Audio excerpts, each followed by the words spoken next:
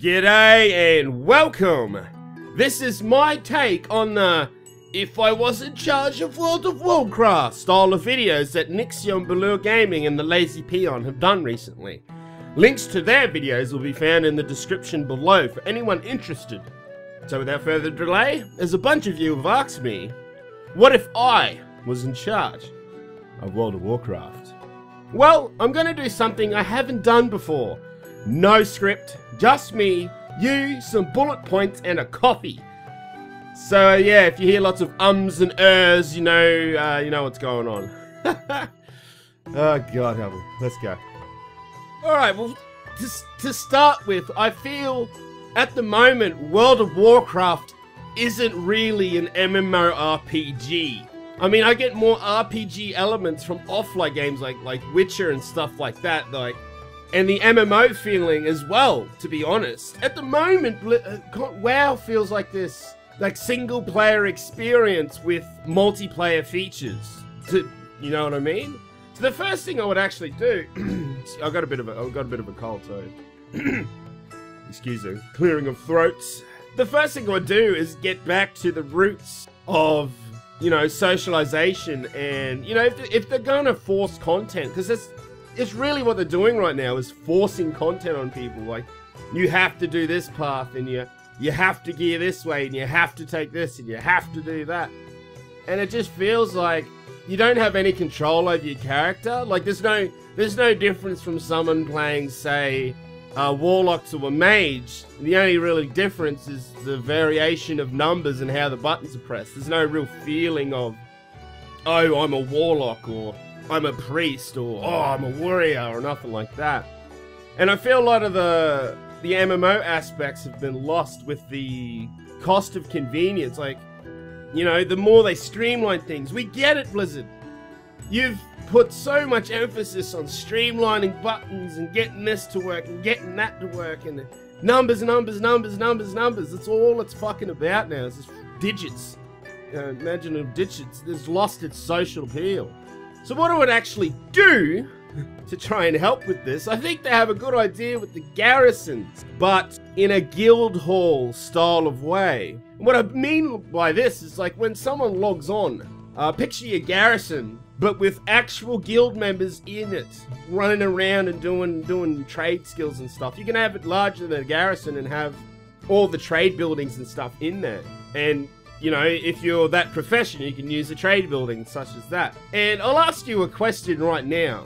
How many of you that aren't raiding, that just, play casually and do your dailies and, whatever else you do, I'm that type of player, I don't really raid, family and all that type of stuff, actually know what your guildmates look like? Sure, you see them, the green text in their name, but do you actually know, like, what race they are, what transmorg they like, what's the mount they ride? Like, you don't know these things because you don't fucking see anyone. I've been out in the world and, I'm running up to a node and this dude comes in and ninjas it, and I'll be in guild chat, I'll be like, oh, this dickhead's ninjaing my stuff. It turns out it's one of my guildies. I didn't even fucking realize, because this just means nothing.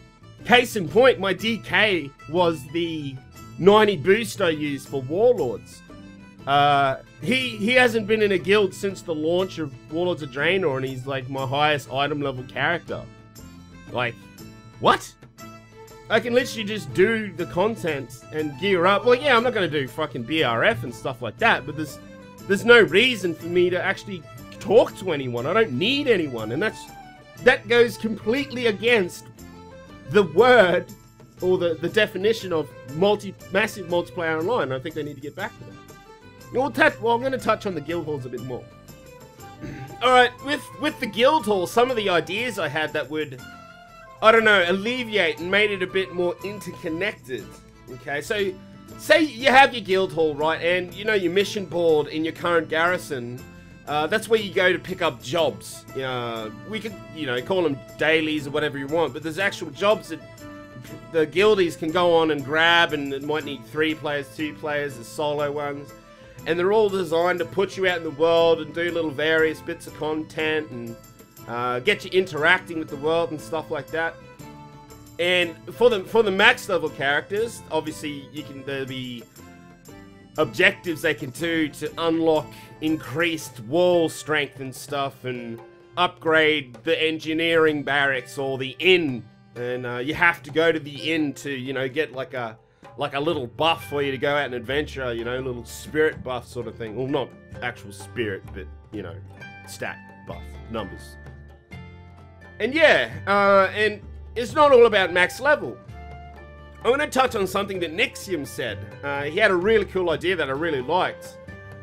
Was with each piece of armor, you can unlock little baubles, like little vials of poison or little daggers you can kind of put onto your belt and, you know, put things across your chest and your shoulders and stuff like that.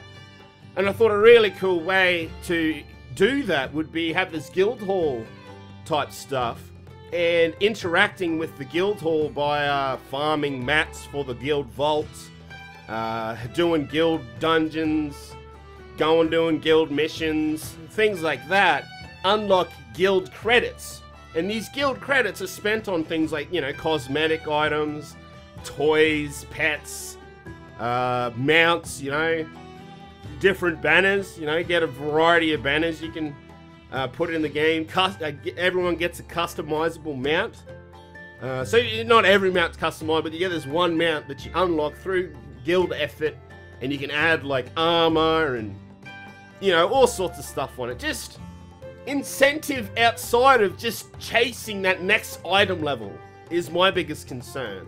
Because as a casual player, I don't give a fuck how powerful my dude is. And you just, all they put into the game for people to do really is just focusing on that number climb. And putting in systems like LFR that completely skip, you know, the whole dungeons. Like, there's no requirement to do LFR, and the gear you get from LFR is actually more and better than you get the stuff you get from dungeons. So there's no reason to do them at all. But if you add these things, people, not everyone, you know, that's what I'm saying. It's not for everyone, but it's more of an incentive than what we currently have. And more dungeons. You know, the most successful time in World of Warcraft was when there was plentiful dungeons. And that was awesome. And it's not, for me, in development sense of work, I kind of know a bit about developing. I'm not going to, you know, reveal anything, but what you could actually do is have 6 dungeons, right? But they're larger in scale, so they got 10 bosses in the dungeon. And as you level from the current level to the new level, so we'll say 100 to 110, if it was like a future content patch, from 100 to you know, 109, those 6 dungeons, half of the dungeon is available because you're not strong enough yet to push in. It's sort of like you're going in there and testing the waters sort of thing. And then once you hit max level, the second quarter of the first of all the dungeons that you're leveling up in is unlocked. And in the heroics, the whole thing's just more, and chuck an extra boss in for heroics and stuff like that to give people incentives to go do them. And bring back the damn rep tabards. Anyway. But in that way, yeah, there's only 6 dungeons. But at max level, it's equivalent to 12. You know? Bring in drops from dungeons that help with your trade skills, unique cosmetic stuff you can only get from dungeons. That would create, and with the social aspect of the game, with the guild hall and stuff, you know, you get those missions to go to these dungeons to unlock transmogrification items. Obviously have important gear for progression and stuff as well, but it doesn't just need to focus on that one thing. That's all the game seems to be about now, is there's no feeling of excitement with gear because it's just so plentiful. You know what I mean? Like, I remember, you know, Wrath and early Kata, those chase items had names. Like, you could actually say, oh, like the Deathbringer's Will, or the Ash Candy, or, you know, the Bulwark of Azeroth, and all these cool items that everyone remembered, and they were kind of chase epics. And currently it's just like fucking plate armor of the Savage Fireflash, whatever. Like, no one fucking cares. It's just, you may as well just remove the name of the item and replace it with an item level. That's basically how items in my mind at the moment, because it just rains down from the heavens. So, yeah, this video is probably a complete fail because I don't have a script. I've just got bullet points and stuff. But to sum it up, I'd add a guild hall that has, you know, those incentives to play together. Imagine this, you log in, and you're not in your garrison and stuff. You log in and there's your guild mates. And they're hanging around and socializing, or they're hanging around in the bar getting a buff or whatever, or waiting for a queue or something. Just something to social. And don't have the AH and everything in the guild hall, you know. It's just got profession buildings and all that type of stuff, and a guild vault. But then have the neutral zone, like a city, where you leave the guild hall and it's got the AH and portals and all that type of stuff's out there, so you can actually see the rest of the game and the people in it. Just what I would do, ultimately, like, I'm not a fucking games developer, I don't know how much time they have and stuff like that, but just make it an MMO again. All it is right now is an offline, subpar RPG with multiplayer queues. It'd be like me, you play Call of Duty, and in between lobbies, you just kind of run around and shoot things in the face for a little bit of experience. You know, and then you just spend the rest of your time just waiting in queue times to go and do irrelevant stuff because you don't care. And for raiding and stuff, it's fine right now. I understand if you raid and that's what you like to do, you log on twice a week, do your raids, you're happy with that, awesome for you. But adding these elements isn't going to affect your gameplay at all. And, like, my issue with I don't have a problem with LFR existing and LFG existing. What I have a problem with is the largest paying player base, because, you know, the hardcore people don't pay the bills for Blizzard, you know, it's a lot of us collective casuals, as you could say. Why do we deserve watered down content? You know, like, why do we get the short end of the stick? There should be plentiful stuff to do, all on equivalent levels, you know, just have all the item levels the same from all these different things, so it's up to the player to pick what they want to do. And alright, I'm gonna end this. I don't know how long this has gone for, and yeah, it's probably been a complete train wreck.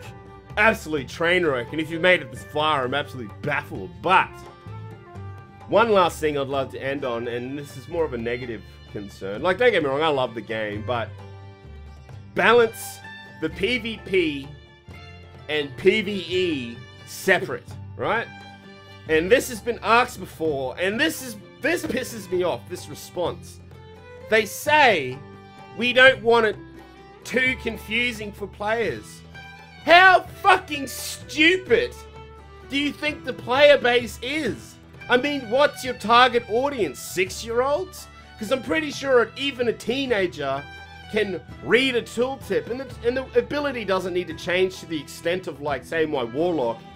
Shadowbolt now heals allies in PvP. No, it's just, you know, Shadowbolt does 75% in PvP, and, like, if you need to nerf something in the PvE aspect, don't let that nerf affect the PvP aspect of it. So people can play multiple classes and not everyone's funneled into shit they don't like to do. Just Arcs, Windwalker, Monks, and fucking Warlocks at the moment.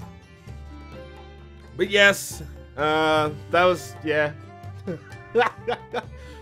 I think I need to work on my freestyle a bit more. And I actually don't know if that was structured or made any sense. But to sum it all up, guild hall, social interaction, lots of little things to do, not funneled into one thing to do, so lots of stuff spread out over everywhere. It doesn't have to be dailies, just options, right?